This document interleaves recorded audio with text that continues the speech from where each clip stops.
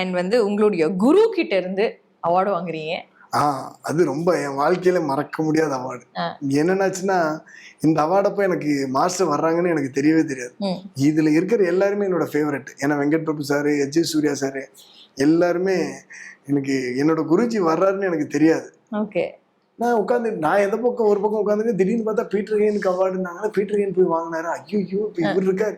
இப்ப அவர் கையில அவார்டு வாங்காம வேற என்னது இருக்கு? அப்புறம் அவர்கிட்ட சொன்னேன், சார் அவரு கொடுத்தா ரொம்ப சந்தோஷப்படுவோம் சார்ன்னு. உடனே அரேஞ்ச் பண்ணிட்டாங்க. அந்த மூமெண்ட் தானே வேணும் எனக்கு. ஏன்னா என்ன இருந்தாலும் சரி, இன்னைக்கு அந்த ஒரு ஆள் இல்லைன்னா நல்லா ஒரு ஆளே கிடையாது சொல்றேன் நான். ஏன்னா நான் எப்ப அவர்கிட்ட போய் அசிஸ்டண்ட சேர்ந்தனோ அந்த நாள்ல இருந்தா எனக்கு மாற்றங்கள் நடந்திருக்கு.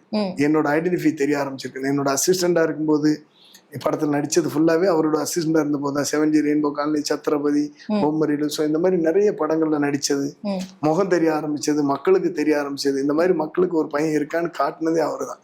ஸோ அவர் கையில அவார்டு வாங்குறது எப்படி? அதான்